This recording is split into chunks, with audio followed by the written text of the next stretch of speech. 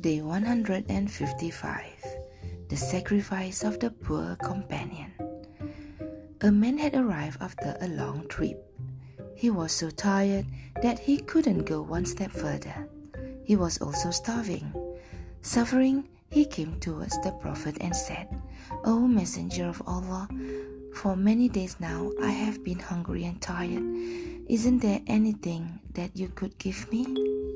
The heart of the Prophet, full of love, trembled with compassion.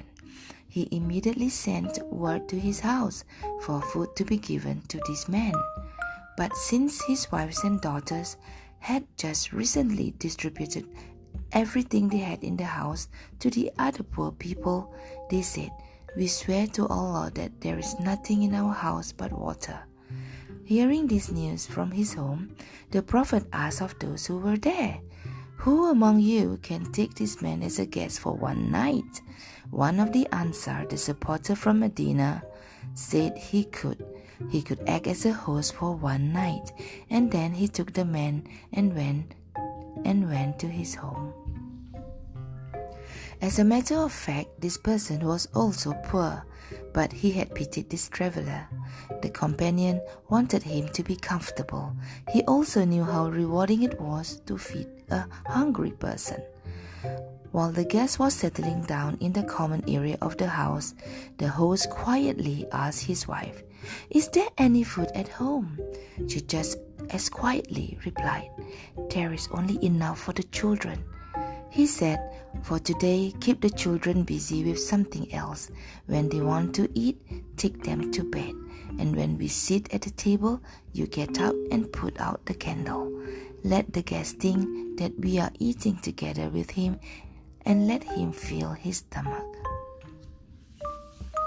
His wife listened to him and put the children to bed early and served the food to the guest.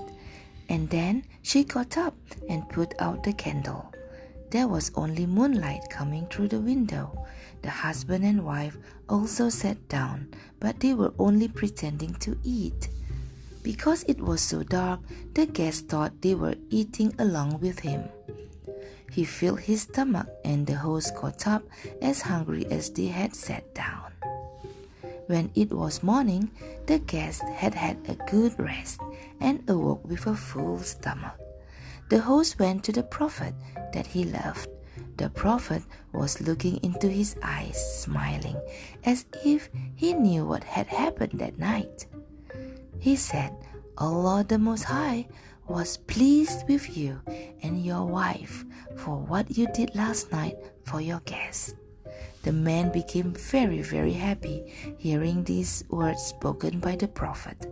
He thanked Allah from the bottom of his heart.